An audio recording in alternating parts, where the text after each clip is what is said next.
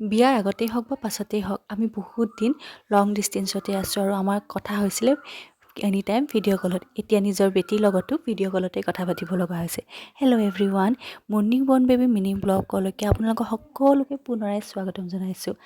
ৰাতিপুৱা উঠি মোৰ ফাৰ্ষ্ট কামটো আছিলে আজি যে মোৰ বেবীৰ বাস্কেটটো চাফা কৰিব লাগে।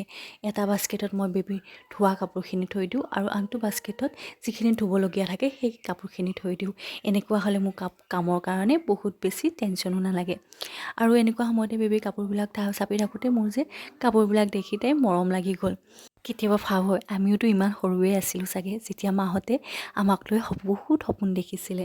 আৰু এনেতে এওঁ ফোন আহি গ'ল, ভিডিঅ' কলত বেটীক দেখালোঁ। তাৰ পাছতে মই মোৰ বেটীৰ লগত বহুত সময় কথা পাতিলোঁ।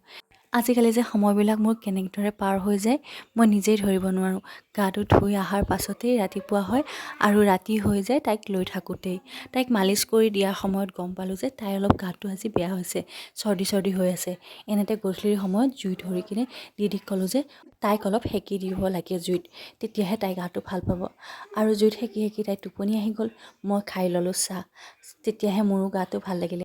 এই একাপ চাহে যেন মোৰ দেহটো হাত পেলাই দিয়ে, ইমানেই ভাল লাগিলে চাহটো খাই। তাৰপাছত মই ৰেডি হৈ গ'লোঁ মোৰ নাইট শ্ব'ৰ কাৰণে। বাই বাই, আকৌ লগ পাম নেক্সট ব্লগত।